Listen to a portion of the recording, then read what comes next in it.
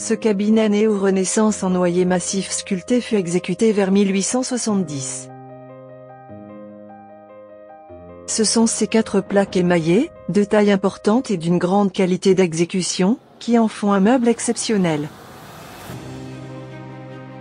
Le XIXe siècle est friand de la reprise et de la réinterprétation de l'art du passé, comme ici des œuvres de la Renaissance. La partie inférieure du meuble, ouverte sur 3 côtés, est surmontée d'une ceinture accueillant une plaque émaillée sur cuivre, ornée de rinceaux et d'un masque rappelant la mode renaissante des grotesques.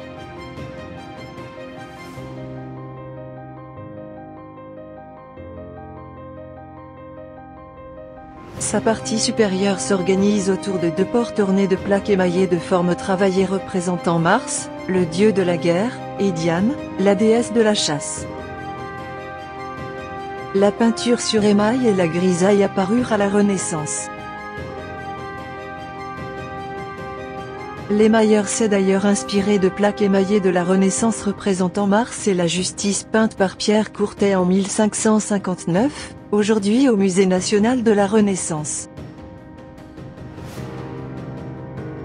De part et d'autre, les pilastres cannelés d'ordre composite sont réminiscents du regain d'intérêt des artistes de la Renaissance pour l'art classique.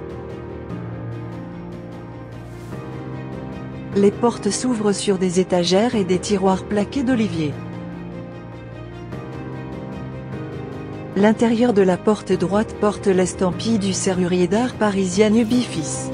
Ce dernier participa à l'exposition des Beaux-Arts appliqués de 1865, où il reçut une médaille d'or, et à l'exposition universelle de 1867.